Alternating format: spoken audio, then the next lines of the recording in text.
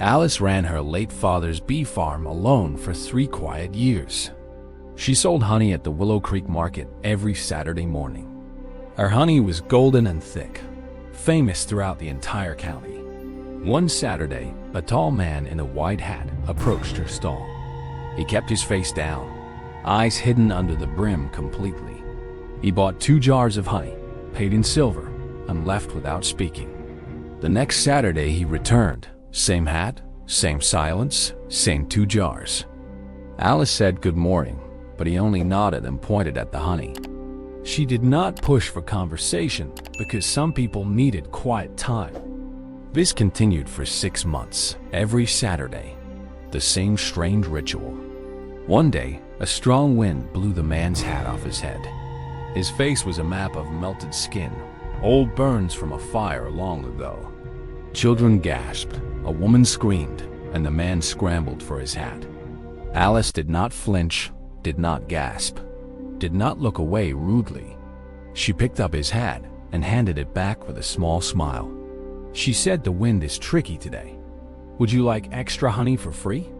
The man stared at her, waiting for the usual pity or horror to appear. He saw neither, only her calm brown eyes and genuine, gentle curiosity. He whispered thank you and put his hat back on, pulling the brim low. But he returned the next Saturday without the hat, his scars fully visible. Alice said good morning, and he said, "My name is Ezra," very quietly. She said, "Nice to meet you, Ezra. I am Alice, keeper of bees." He asked why she did not react like the others to his ruined face. She said, "Because my father taught me that bees do not judge flowers by their petals." Ezra stood silently for a long moment, then bought 3 jars instead of 2. He started staying longer at her stall, helping her lift heavy honey buckets. He told her that a kerosene lamp exploded in his cabin 10 years ago. His wife had died in that fire, and he carried her out too late. Alice said, "I am so sorry, Ezra. That is a terrible weight to hold." He said, "The weight is my face, which makes everyone cross the street away from me."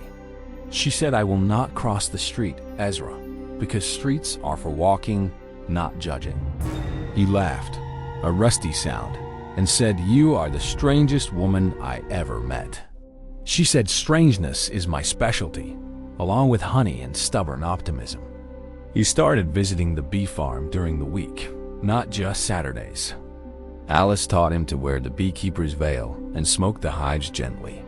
He was terrified of bees at first, but he trusted her calm instructions. She taught him that bees sting only when frightened, much like burned men. Ezra looked at her and said, "Are you saying I am like a bee?" She said, "You are like a bee, protective and sweet underneath your armor." He cried for the first time since the fire, hiding his face in his hands.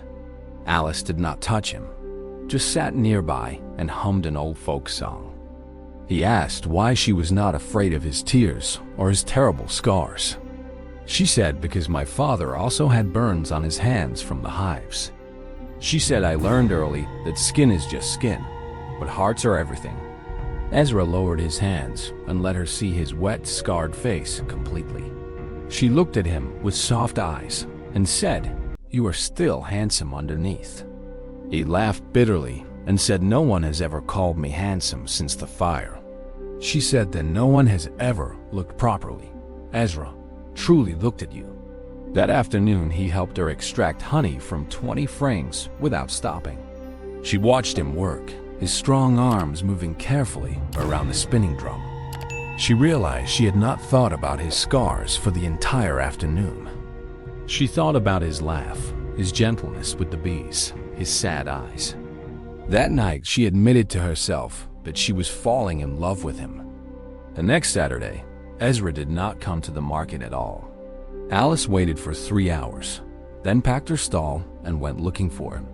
She found him sitting on a rock outside his small, lonely cabin. He said, "I cannot come anymore, Alice, because I'm falling in love with you." She said, "Why would that stop you from coming to see me ever again?" He said, "Because you deserve someone with a whole face, not a monster's mask."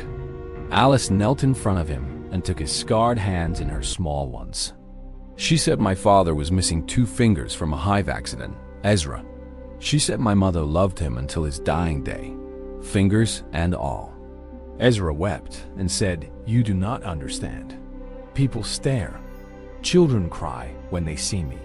She said, "Let them stare. Let them cry. I will hold your hand through all of it." He looked at her and whispered, "You would really do that for a burned man." She said I would do that for Ezra, the man who buys honey and has a kind heart. He kissed her then, his scarred lips pressing against her soft ones carefully.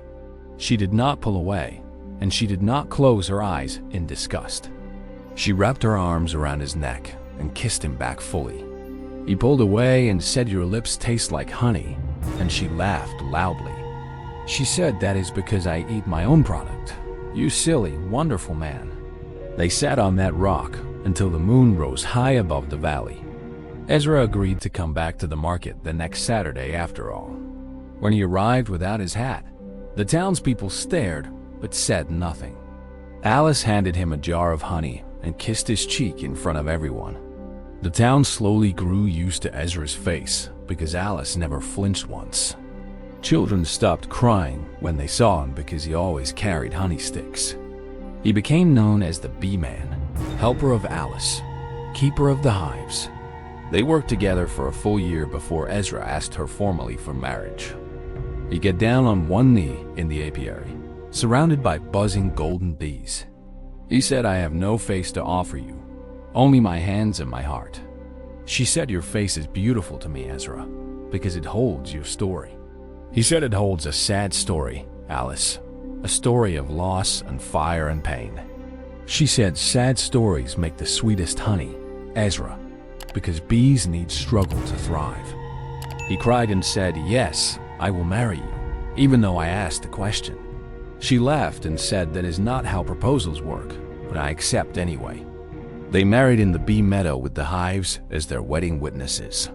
Alice wore a yellow dress, and Ezra wore no hat, his scars in full sun. The preacher said, "Love looks past skin and into the soul where honey lives." Ezra promised to never hide his face from Alice, not for one single day. Alice promised to never let anyone make him feel like a monster ever again. Their first child was a daughter with Alice's eyes and no scars at all. Ezra held the baby and cried because she was not afraid of his face. The baby touched his cheek and smiled, and Ezra felt healed in that moment.